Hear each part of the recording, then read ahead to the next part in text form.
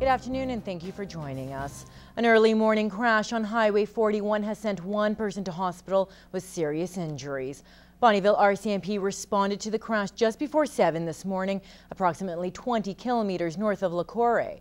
Now, police say the driver of the pickup truck crossed the center line and crashed head-on with a van. The driver of the van suffered serious injuries. The pickup driver was not injured. Now, the crash is under investigation and police are asking anyone who may have witnessed the incident to call them. Well, the Idle No More movement has hit the border city. Started off as a grassroots movement, but has grown to something much bigger. Now, the country's Aboriginal communities have been rallying, trying to put a stop to Ottawa's Bill C-45 that they say impedes on treaty rights. Save our treaties! The federal government's Bill C-45 has a clause which protesters say removes many environmental protection measures. Now, they say they're upset that they were not consulted in any way on the new legislation and say it impedes on their treaty rights. Supporters are hoping Canadians take notice and stand up for their land and their country. Well, I just hope it raises awareness to all Canadians how the Harper government has been treating First Nations and how they've actually put this bill through without any public consultation. That when we sign treaty in the spirit of brotherhood and mutual respect. We never surrendered the land, we never surrendered the waters. And it's important that they understand that we're not going to stop. We won't ever stop. Because today we rise, and today is a new era, it's a new beginning, and it's a new chapter. Now, Idle No More supporters continued their rally a little bit later at Lloyd Mall this afternoon. Alberta politics has seen its fair share of action this past year. Now, it was also quite the year for Richard Starkey. The MLA of Vermilion-Lloydminster is serving his first term that proved to be quite memorable. Here now is more with Richard Starkey. So it's been quite the year for Alberta politics, and sitting with me is MLA for the Vermilion-Lloydminster area, Richard Starkey. Thank you so much for joining us. Nice to be here. So this is your first year as MLA, so it's probably been quite the whirlwind tour for you so far. How has it been? Well, I've really enjoyed it. I mean, there is a very steep learning curve. There's a great deal to learn about process and about how everything works. But we have very good people, and I've had a lot of help from colleagues and from people who assist me both here in the constituency and in Edmonton, so I've been very fortunate and I'm enjoying it. A lot of the big stories here was, of course, you introduced your first private bill, which was the Flavor Gone campaign. It was Bill 206. So just how did it feel to be able to get that out? It's a campaign that, a lot of local students were backing up to try and eliminate or ban flavored tobacco, such as cigarillos, chewing tobacco, that sort of stuff. Well, it sort of combined two things that are passions of mine. One of them being preventive health care. Through my career as a veterinarian, I became a very firm believer that prevention is a key to, overall limiting health problems down the road. I'm not sure that we do as good a job in human health as we do in veterinary medicine, to be honest with you, as far as the prevention side. And certainly one of the most dramatic ways that we can improve overall healthfulness on the part of people is to reduce tobacco use. I mean, that's very clear. And the tobacco companies are targeting our young people using flavored products. And so, that side of things is, that's one of my passions is preventive health care. The other side, though, I am a very big believer in getting young people involved in the political process. I was fortunate to be very involved as a young person when I was in youth parliament. And so when a group of very motivated young people come to me and say, this is something we feel passionately about, you don't want to sort of just say, well, thanks, kids, now go on. You want to demonstrate to them that they can have an effect on the political process and the legislative process. So, really 206 is a combination of two things that I feel very strongly about. And just kind of moving on to another topic that's been really big in our region, of course, is Highway 16, where it comes to the Kitscoty, the intersection, and a lot of people were calling for an overpass to be built. Is that anything that's kind of been discussed in the legislature? Is that something that you've been bringing up?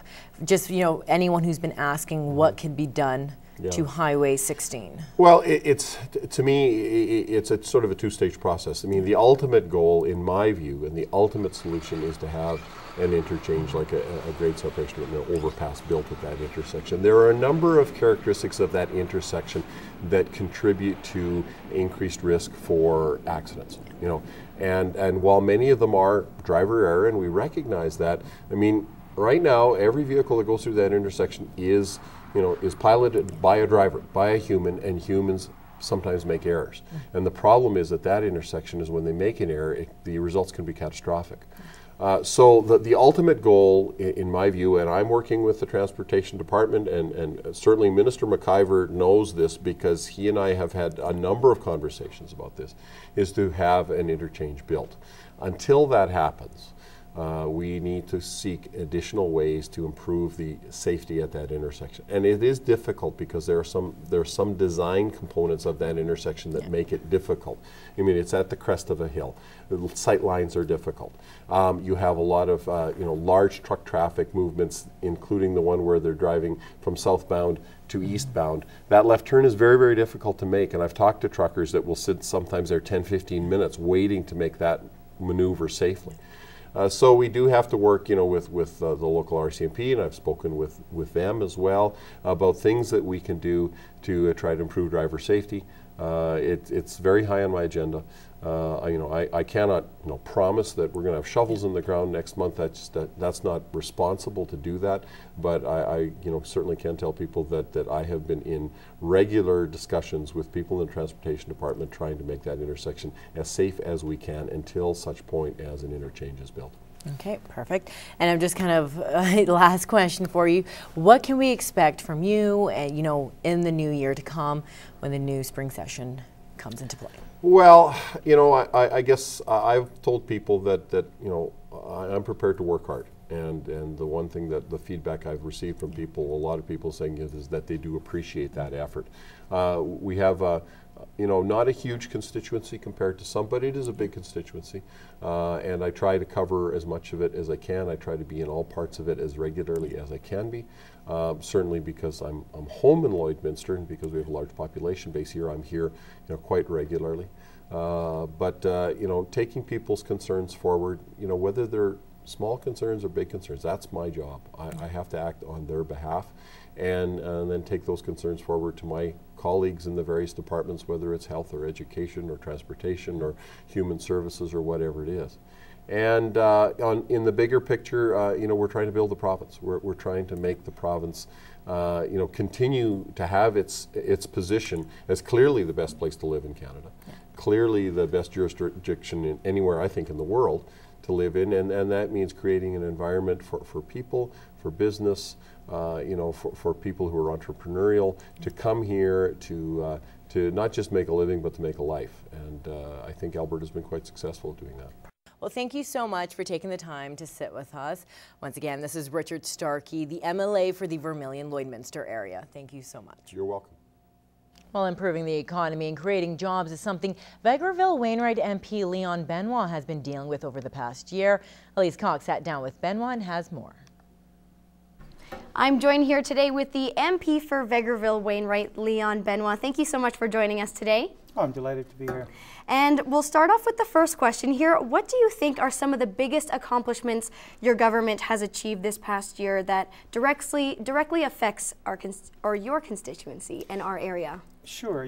First of all, we implemented our second last year of our tax reduction for businesses, and that is extremely important to businesses around here, in particular small businesses, a lot of small and medium-sized businesses, and so that's an important thing. But even more important than that to the future of this area is the reform of our regulatory regime, where we've streamlined the regulatory process for big projects. And that'll mean we'll have one environmental review instead of having the province do one, the federal government do one, often even maybe the First Nations doing one if you're on a project that's near an Indian reserve. And instead we put that all into one, so you end up with a better environmental review because all the information in one stream, you end up with a better result, and less time for businesses to wait. So we have a limited time for government to get through their part of the of building a new project. And I think that will be important not only in the next year, the next 5 years, but in the next 10, 30, 50 years to come. So it's just extremely important and a huge accomplishment. Not that much talked about, but really important. And you have been seen a lot around the community here, attending events. What do you think are some of the great events that you've been to in the last year here, and how important are they in the community? Yeah, I do get around a lot. I'm in the constituency a lot. No doubt about it. The most fun, the most rewarding events were the Queen's Diamond Jubilee Medal presentations. And for 30 people around the constituency, chosen by a committee that I put together, and my wife and I were actually part of that committee, and we had applications from 140 people in this constituency. Any one of them would be worthy of receiving a medal. Unfortunately, I was only allocated with 30, but wonderful presentations in Lloydminster. We had about 10 people receive medals, and these are people who often behind the scenes, many of them for a whole lifetime, have helped build a better community. And remarkable people. They're really heroes in our community, and great to be able to pin a Queen's Diamond Jubilee medal on them so that they're being recognized, and they're so humble about it. So that was the terrific thing. The ceremonies here, in Wainwright, and in Vegreville, 3 different ceremonies. Also, we had some presentations to Lakeland College. They're doing terrific things in our community, and some of the projects the federal government was involved in terms of new innovation, things like that. Really exciting stuff for Lloydminster and Vermilion. And other projects, one that comes to mind, I'll just mention one more, was the Catelcos and the Krapkos, 2 sets of brothers, been very innovative in the past, and they have a major project to make ethanol from animal manure. And it's truly brand new innovation and technology. They have a project they're building north of Vegreville, but they have a huge project that already is almost completed in the United States using their new technology. And next it's Pakistan and China. You know, the future is limitless for them, selling their innovation. So that's pretty exciting. And you've been talking about the future a lot throughout this interview. What are some of the plans that you have for the constituency in the next calendar year? It's always kind of hard to say, but we've been very much focused on the economy and growth and jobs. In this particular area, a big problem is getting enough people to work at the skilled jobs. And we've done quite a few things just recently, and they will be implemented in the new year to improve the immigration system so that we can get the right people into the country as quickly as possible. But we've also focused on new training for people who are already in Canada. I mean, Canadians should have first crack at these jobs, and they do. But in many cases, we simply don't have enough skilled workers, so let's retrain. Let's make sure the kids coming out of our schools are getting trained in the right area so they can fill these skilled jobs. Because it's really exciting. There's an unlimited future for young people coming out of school right now because of all of the jobs available, if they have the right training. So they've got to get the right training. But to me, helping that move along and seeing that move along is very rewarding. And over this next year, it will be a lot about that, about now that we are getting a better regulatory process in place, where we've seen new businesses start and expand, let's make sure we have the people, starting with Canadians, who can fill those jobs. Well, thank you very much for sitting down with us, Leon. That was Leon Benoit, MP for Vegreville-Wainwright. Well, it's the weekend before Christmas, and if you are sticking around the border city, there are some events to keep you in the holiday spirit. Here now is Lloyd FM's Heather Clagus.